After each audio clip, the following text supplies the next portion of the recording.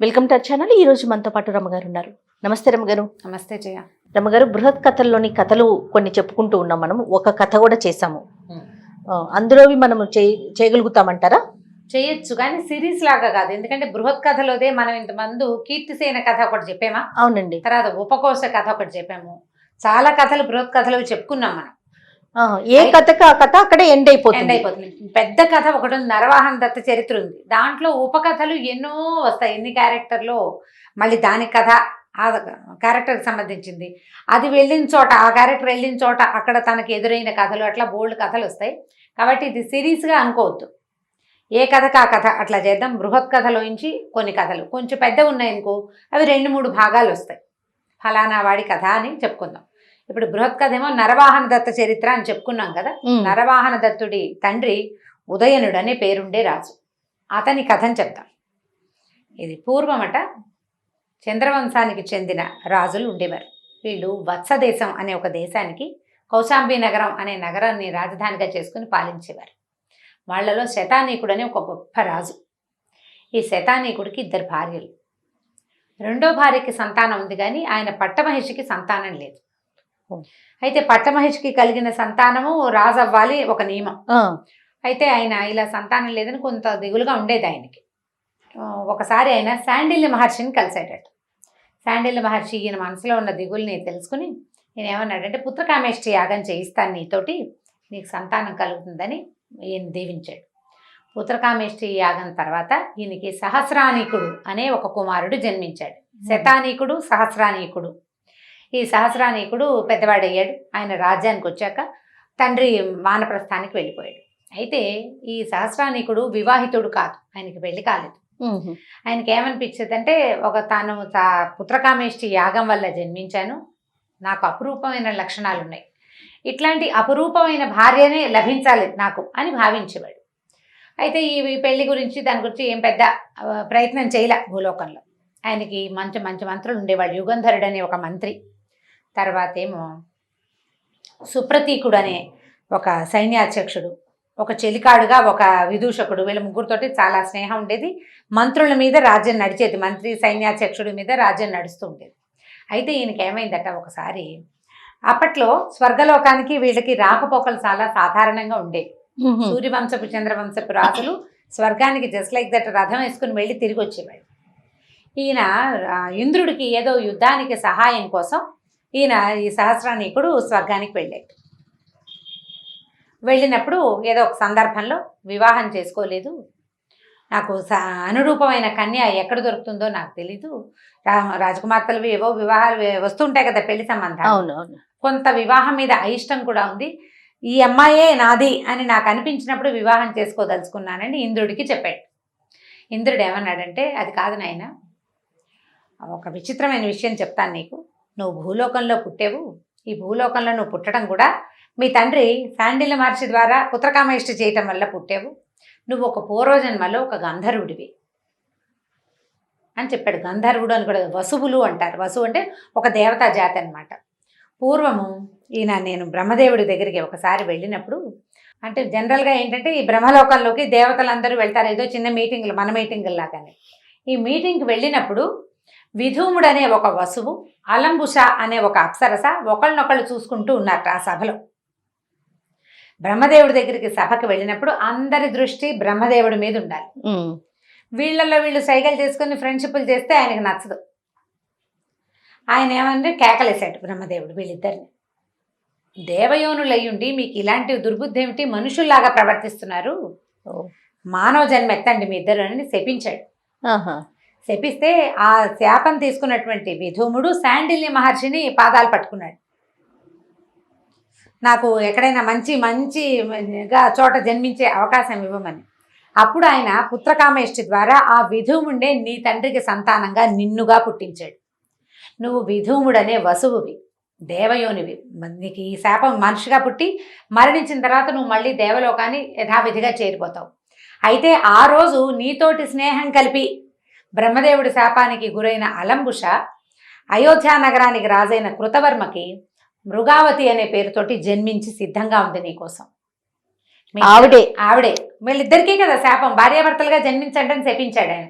కాబట్టి నువ్వు భూలోకానికి వెళ్ళి అయోధ్య నగరాన్ని కబురు చేసి కృతవర్మ కూతురైన ఈవిడ్ని మృగావతిని వివాహం చేసుకో, ఆమె నీకు బ్రహ్మ కూర్చిన భార్య అని చెప్పాడు. ఇక ఎప్పుడైతే ఆ పూర్వజన్మ వృత్తాంతం గుర్తొచ్చేసిందో ఈయనకి ఉత్సాహం, విపరీతమైన ఆనందం వచ్చేసింది. ఎప్పుడెప్పుడు అమ్మాయిని చూసేద్దామా అనిపించేసింది. సరే ఏమైంది, ఇంద్రుడి దగ్గర సెలవు తీసుకున్నాడు. ఇద్దరు నేను వెళ్ళొస్తాను, మళ్ళీ కలుసుకుందామని చెప్పాడు. మాతలి అంటే ఇంద్రుడి రథసారథి, అతనే ఈ భూలోకం నుంచి రాజులను పైకి తీసుకొచ్చి వాళ్ళని దింపేవాడు కిందకి. ఆ ఇంద్రుడి రథంలో ఎక్కి కూర్చున్నాడు, కళ్ళల్లో తేలిపోతున్నాడు ఈయన రాజుగారు సహస్రానీకుడు. ఆ మృగావతి అనే రాజకుమార్తెను తలుచుకుని ఆ పూర్వజన్మలో చూశాను గుర్తొచ్చింది కదా, ఆ అలంబుషలు రూపము లావణ్యము అది జ్ఞాపకం చేసుకుంటున్నాడు. సరే రథం బయలుదేరి వెళ్తుంటే అక్కడ ఉన్నటువంటి ఇదే పారిజాతపు చెట్ల కింద తిలోత్తమ అనే ఒక అప్సరస కూర్చుంది. ఈ సహస్రానీకుడు వచ్చినప్పటి నుంచి ఆవిడ దృష్టి అతని మీద ఉంది. కాసేపు కబుర్లు చెప్పుకుందామని వెనక నుంచి చప్పట్లు కొట్టి పిలిచింది. సహస్రానీక నా వైపు తిరుగు అని. ఈయనేమో ఏ ఊహల్లో ఉన్నాడు, మృగావతి ఊహల్లో ఉన్నాడు, వినిపించుకోవాలి. ఆయన కళ్ళు మూసుకుపోయి ఉన్నాయి. మొదటిది కళ్ళు మూసుకున్నాడు, మూసుకుపోయాయి రెండును. ఆయన కళ్ళల్లో తేలిపోతున్నాడు. ఈ ఎవరో పిలుస్తున్న సంగతి వినలేదు. వినకపోయేసరికి చాలాసార్లు పిలిచి తిలోత్తమ కొండు మండిపోయింది. నువ్వు ఎవరిని ఊహించుకుని నన్ను పట్టించుకోకుండా వెళ్ళిపోతున్నావో వాళ్ళతో నీకు 14 సంవత్సరాల ఎడబాటు వస్తుంది. ఒక స్త్రీ పిలిస్తే పలకవా నువ్వు? మానవుడివి, నీకు ఇంత పొగరా? నీకు వియోగం సంభవిస్తుంది, 14 సంవత్సరాలని శపించింది. ఈ శాపం సహస్రానీకుడు వల్ల ఈయన కల్లో ఉన్నాడు. వినుంటే ముందు ఆవిడ పిలుపుకే పలికేవాడు. ఆయనకు అంత ఇష్టమేం లేదు, పిలిస్తే పలకడానికి ఏం అభ్యంతరం పాపం. వినిపించుకోలేదు కదా. మా తల్లి విన్నాడు ఈ కథ అంతా. సరే చెప్పటం ఎందుకులే, అది ఇప్పుడు జరిగేది కాదు, ఈయన మృగావతిని పెళ్లి చేసుకున్న తర్వాత సంగతి కదా అని చెప్పకుండా ఊరుకున్నాడు. తీసుకెళ్లి భూలోకంలో దించేసాడు. ఈ ఇంటికి వెళ్ళిపోయిన సహస్రానీకుడు తన మంత్రి అయిన యుగంధరుణ్ణి పిలిచి అయోధ్య నగరాన్ని కబురు చేయి, ఆ రాజకుమార్తెని నేను పెళ్లి చేసుకోదలుచుకున్నాను అన్నాడు. వీళ్ళంతా ఆనందపడ్డారు. అబ్బాబ్బా మొత్తానికి నేను పెళ్లి చేసుకుంటానన్నాడు, ఇంకేముంది బ్రహ్మాండంగా ఉందని వీళ్ళు అక్కడికి కబురు చేశారు. ఈ కబురు చేసేసరికి కృతవర్మ భార్యకి అంతకు కొద్ది రోజుల ముందు తెల్లవారుజామునే కాలొచ్చిందిట. పుత్రకామేష్టి వల్ల పుట్టిన ఒక రాజకుమారుడు మీ అమ్మాయి కోసం కబురు చేస్తాడు, అతనికిచ్చి మీ అమ్మాయిని పెళ్లి చెయ్యి అని. కాబట్టి నాకు ఒక కల వచ్చింది. ఈ సహస్రానీకుడు పుత్రకామేష్టి వల్ల జన్మించిన వాడు, మన అమ్మాయికి అనురూపమైన వరుడు వీడే, చేసేద్దాం పెళ్ళంది. రాణిగారు ఒప్పుకునేసరికి రాజుగారు ఒప్పుకున్నాడు. సరే అమ్మాయినిచ్చి పెళ్లి చేశారు. ఆవిడ పరమాద్భుత సౌందర్యవతి, పైగా అప్సరస భూలోకంలో పుట్టడం వల్ల దేవతల సౌందర్యం కూడా కొంత దేవతా సౌందర్యం ఉంటుంది కదా, అసలు మామూలు అందం కాదుట. అసలు ఆవిడ రెప్ప వాల్చలేరు చూశారంటే, అంత అద్భుతంగా ఉండేది.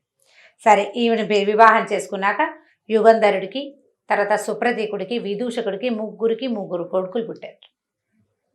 యుగంధరుడి కొడుకుని యౌగంధరాయుడు అని పిలిచేవారు. ఈ యౌగంధరాయుడే తర్వాత ద ఫేమస్ యౌగంధరాయుడు అనమాట. చాలా తెలివి కలిగిన మంత్రుల్లో గొప్ప పేరు కలిగిన వాడు యౌగంధరాయుడు. యుగంధర్ అన్న మన పేరు వింటుంటామా, ఈయన వల్లే వచ్చింది. యౌగంధరాయుడు చాలా తెలివైన వాడు, తిమ్మిని బమ్మిని చేయగలడు అనమాట. తర్వాత ఈ సుప్రతీకుడికి రుమణ్వంతుడు అనే కొడుకు కలిగాడు. అతను ఈ రుమణ్వంతుడు ఈ మొత్తం రాజ్యాన్ని అతను ఇది చేశాడనమాట, అతను సేవ్ చేశాడు. విదూషకుడు కూడా ఓ కొడుకు పుట్టాడు, వాడి పేరు వసంతకుడు అని పెట్టారు. ఈ ముగ్గురు పిల్లలు పుట్టాక రాణిగారు కూడా గర్భవతి అయింది మృగావతి. సరే ఈవిడ గర్భవతి అయింది. ఆవిడకి ఎన్నెన్నో కోరికలు, ఏమిటేమిటో తినాలి, ఏదేదో చేసేయాలనిపించేది. ఒక 5-6 నెలల ప్రెగ్నెన్సీ, 5-6 నెలలు వచ్చాక ఒకరోజు వాంతులు అవి తగ్గినాయి అనమాట, వేవిళ్ళు తగ్గినాయి, కొంచెం కాస్త మనిషి కనపడుతుంది నున్నగా ఆవిడ. అప్పుడు ఆవిడని చూస్తూ, ఇప్పుడు కాస్త బాగున్నావు, ఆరోగ్యం ఎలా ఉంది ఇదంటే, నాకు ఒక విపరీతమైన కోరిక ఉందండి, అది తీర్చుకోవాలని నాకు. అప్పటిదాకా ఆవిడ మామిడి పండు, జామ పండు, ఆ పండు అంటే వెతుకు తెచ్చేవారు, రాణిగారు కదా. సరే ఏమిటంటే రక్తపు కొలనులో స్నానం చేయాలనుంది నాకు అని అడిగింది. రక్తంతో నిండిన కొలనులో ఎర్రగా నీళ్లు, రక్తం, దాంట్లో స్నానం చేయాలనుంది నాకు. ఎప్పటి నుంచో అది కోరిక, నెల తప్పినప్పటి నుంచి ఉంది, ఇప్పటికి పూర్తి రూపం దాల్చింది. ఎర్రటి నీళ్లు కాదు, నెత్తుటి మడుగులో స్నానం చేయాలి, విపరీతమైన కోరిక. సరే రాజుగారు మహాధర్మాత్ముడు, నెత్తుటి కొలనంటే దేని నెత్తురు, అందుకని ఆయన ఏం చేశాడంటే లాక్షారసం లత్తుకని ఒక మడుగు నీళ్ళల్లో కల్పించి దానికి కొన్ని ఔషధులు కలిపి ఆ నీళ్లలో మునిగిన రాణిగారికి ఏ దురదలు జబ్బులు రాకుండా నెత్తురే అని భ్రమపడేలాంటి ఏర్పాటు చేశాడు. చేసి రాణిని ఇదిగో నీ నెత్తుటి మడుగు స్నానం చేయమన్నాడు. ఆవిడ కేరింతలు కొట్టేసింది సంతోషంతో. కడుపుతో ఉన్నప్పుడు రకరకాల ఆలోచనలు ఊహలు వస్తాయి. ఒక్కొక్కరికి ఒక్కో రకం తినాలనిపిస్తుంది, ఏదో చేసేద్దాం అనిపిస్తుంది. ఈవిడికి ఇది అనిపిస్తుంది. సరే బాగుంది. సరే ఏం చేశారు, ఇప్పుడు నదిలోకి దిగాలంటే ఒక మడుగులోకి ఏం చేయాలి, ఏదో పల్చటి వస్త్రం కట్టుకుని, ఇప్పుడు మనం బికినీలు వేసుకుంటున్నారు మన జనం. ఆవిడ ఏం చేసింది, ఒక ఏక వస్త్రం, ఒక పల్చటి వస్త్రాన్ని కట్టుకుని నీళ్ళల్లోకి దిగింది. ఎవరు ఉండద్దు, నేను ఒక్కదాన్నే ఉంటాను. ఆ మడుగులోకి ఇంకా పరిచారక, మామూలు నీళ్ళు అనుకో, స్విమ్మింగ్ పూల్ అయితే పరిచారకులు కూడా కొంతమంది దిగేవాళ్ళు ఆవిడకి సాయం. ఇప్పుడు ఈవిడది ప్రత్యేకమైన కోరిక కదా, చిన్న మడిగే అది. ఇది దిగింది రాణిగారు. సరే రాజుగారు కూడా దగ్గరలోనే ఉన్నాడు. మిగిలిన వాళ్ళు ఎవరు దిగల, చేలికత్తలంతా దూరంగా ఉండి నవ్వుకుంటున్నారు. ఆవిడ సరదా, ఆయన్ని ఆ సరదాని తీర్చాడు రాజుగారు. ఎంత ముద్దయితే మాత్రం ఎంత ముద్దటమా, మరీ విచిత్రంగా అని అలా చెప్పుకుంటూ ఎవరి దారిని వాళ్ళు నుంచున్నారు. ఈ రక్తపు మడుగులో ఆవిడ హాయిగా కేరింతలు కొడుతూ అసలు బయటికి రాలేదట చాలా సేపటి దాకా. ఎంతో సేపు ఉంది. ఇప్పుడు ఎర్రటి దాంట్లో మునిగితే ఏమవుతారు, కింద పైన మొత్తం అంతా ఎరుపే అవుతుందా. పైనుంచి వెళ్తున్న ఒక గండభేరుండ పక్షి మాంసపు ముద్దగా భావించి ఈ 6-7 నెలల గర్భవతి ఎర్రగా ముద్దలాగా కనపడుతున్న ఈవిడ్ని పట్టేసింది. పైనుంచి పట్టుకుని ఎత్తుకెళ్ళిపోయింది. అంతే. చూస్తూనే ఉన్నారు వీళ్ళు. అన్నారు, హాహాకారాలు చేశారు. హాహా లేదు, హూహూ లేదు. పక్షి కాస్త ఎగిరిపోయింది. గండభేరుండం, అది చాలా పెద్ద పక్షి. గోళ్ల మధ్య ఇరికించుకుంది. ఇట్లా పట్టుకుంటాయి. మామూలుగా గద్దలు కోడి పిల్లల్ని తన్నుకోవు, అట్లా ఈ రాణి గారిని తన్నుకుపోయింది గండభేరుండం. రాజు పరిగెత్తాడు. ఏం పరిగెత్తాడు, ఇది ఎక్కడ ఒక బిల్డింగ్ మధ్యలో చేశారు ఈ మడుగు. ఇవన్నీ దాటుకుని వీళ్ళు పైకి ఎగిరేసరి, బయటికి వెళ్ళేసరికి ఆ గద్ద కాస్త ఎగిరిపోయింది అక్కడి నుంచి. దొరకలేదు. ఇక లబో దిబోమని ఏడ్చాడు ఈయన. ఆ భార్య అంటే పంచప్రాణాలు, పైగా ఏమో ఆవిడ తనతో పాటు శాపగ్రస్త అయిన అప్సరస అవటంతో మరింత ప్రీతి. ఈవిడ కోరిక తీరుద్దామంటే ఇలా ఎందుకు అయిందో తెలియలేదు. మంత్రులు, సైన్యాధిపతులు అంతా కలవడబడ్డారు, కంగారు పడ్డారు. ఈ లోపల ఏమైంది, ఈ వ్యవహారాన్ని తెలుసుకున్న మాతలి ఈ స్వర్గం నుంచి వచ్చాడు. వచ్చి, రాజా నువ్వు కంగారు పడకు, నీకు ఇప్పుడు ఈ అమ్మాయితోటి వివాహం అయింది, ఈమెకి పుట్టబోయే కొడుకు చక్రవర్తి అవుతాడు, చక్రవర్తి అయ్యే కుమారుడు కలుగుతాడని ఈమె జాతకం. కాబట్టి ఆ పిల్లాడికి ఏమీ అవ్వదు, నీ భార్య ఎక్కడికి పోదు, సేఫ్గా వస్తుంది. నీకు 14 సంవత్సరాల పాటు భార్యా వియోగం ఉంది, తిలోత్తమ శాపం. ఆనాడు మనం వస్తుండగా నువ్వు వినలేదు, నేను విన్నాను. ఆ శాప ఫలితమే ఇవాళ ఇట్లా జరిగింది. ఆమెకు ఆ విపరీతమైన కోరిక కలగటం కూడా అందుకే జరిగింది. కాబట్టి నువ్వు స్థిమితంగా ఉండు.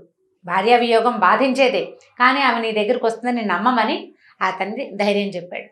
ఈయన దిగాలుగా మొత్తం ఈ రాజ్యం అంతా మంత్రికి, సైన్యాధిపతికి అప్పచెప్పి అలా భార్య కోసం అలమటిస్తూ ఉండిపోయాడు. ఈ ఎత్తుకుపోబడిన ఈవిడ ఎక్కడో ఒక పర్వతం మీద ఈవిడ కదులుతోంది. ఇది మనిషి ప్రాణంతో ఉంది అని తెలిసేసరికల్లా ఆ గండభేరుండం ఒక కొండ మీద వదిలిపెట్టేసింది ఆవిడ్ని. 7 నెలల ప్రెగ్నెన్సీ, ఏక వస్త్రం ఒంటి మీద, ఇంకేం బట్టలు ఉన్నాయి, నగలు గిగలు ఏమీ లేవు. ఆవిడ ఒకటే గుడ్డ చుట్ట పెట్టుకుని ఉంది, ఒక వస్త్రంతోటే ఉంది. తర్వాత ఏమో నగ నాణ్యము లేదు, ఒంటరిది. ఇల్లు ఎక్కడుందో తెలీదు, ఎలా వెళ్ళాలో తెలీదు, ఏం చేయాలో తెలీదు. ఆ కొండ మీద ఏడుస్తూ నుంచుంది ఆవిడ, ఏం చేయాలో తెలియక. ఇంతలో ఒక కొండ చిలువ వచ్చింది ఈవిడ మీదకి. మనిషి వాసన తెలుస్తుంది కదా, అంటే జీవుల వాసన జంతువులు పసిగట్టాయి. ఆ కొండ చిలువని ఆ దారిని వెళ్తున్న విద్యాధరుడు ఎవడో అదిలించి తోలేశాడు. ఈవిడ బతికే ఉంది. అక్కడి నుంచి ఈవిడేమనుకుంది, నేను ఇంత దూరం వచ్చాను, ఇంక ఇంటికేం వెళ్తాను, చచ్చిపోతే పోతుంది అని చెప్పి ఏనుగులు వెళ్తుంటే ఏనుగులకు ఎదురెళ్తే ఆ ఏనుగులు కూడా ఈవిడ ఏం చేసేవి కాదు, పక్కకి వెళ్ళిపోతూ ఉండేవి. అట్లా కొన్నాళ్ళు తిరగ్గా ఈ ప్రెగ్నెన్సీని భరించలేకపోయింది ఆవిడ. ఒంటరితనం, ఏదో దొరికిన ఆహారం, వస్త్రాలు లేవు, ఇక విసుగు పుట్టిపోయింది. ఆవిడ ఏమనుకుందంటే భర్తను తలుచుకుని ఏడుస్తూ కొండ మించి దూకేద్దాం అనుకుంది. ఈ కొండ చిలువ తినలేదు, ఏనుగుల దగ్గరికి వెళ్తే అవి తినవు, సింహాలు నన్ను చూసి బయటికి వెళ్ళిపోతాయి, అటు ఇటు వెళ్ళిపోతాయి. నేనేం చేయాలి, కొండ మించి దూకుదామని ఒక కొండ కొమ్మ మీద నిలబడి ఏడుస్తూ నుంచుంది. మొగుని తలుచుకుని ఏడుస్తుంది, గట్టిగా ఏడుస్తుంటే కొండల్లో ఏడుపులు అరుపులు పెద్ద శబ్దం వినిపిస్తాయి. ఆ దారిన పోతున్న ఒక ఋషి ఈవిడ ఏడుపు విన్నాడు. ఒక తాపసి కుమారుడు చూసి, అమ్మాయి ఎవరు నువ్వు ఏమిటని అడిగితే ఆవిడ ఏడుస్తూ, నేను ఫలానా రాజుగారి కూతుర్ని, ఫలానా రాజుగారి భార్యని, ఇట్లా నన్ను ఒక గండభేరుండ పక్షి తీసుకొచ్చేసింది అనేసరికి, ఇక్కడ జమదగ్ని మహర్షి ఆశ్రమం ఉంది, నిన్ను నేను అక్కడికి తీసుకెళ్తానమ్మా, జాగ్రత్తగా రమ్మని ఆవిడ్ని పైనుంచి కొండ నుంచి కిందకి దింపి ఋషి ఆశ్రమానికి తీసుకెళ్ళాడు. ఈ ఆశ్రమానికి వెళ్ళిన రాణి గారు ఏమైందో, ఆవిడ కొడుకు ఎవరో వచ్చే భాగంలో తెలుసుకుందాం మనం. తప్పకుండా అండి. కిరమ్మ గారు నమస్తే. నమస్తే జీ. ఈ వీడియో కనుక మీకు నచ్చినట్లయితే లైక్ చేయండి, షేర్ చేయండి. మరిన్ని వీడియోస్ కోసం మా ఛానల్ని సబ్స్క్రైబ్ చేసుకోండి.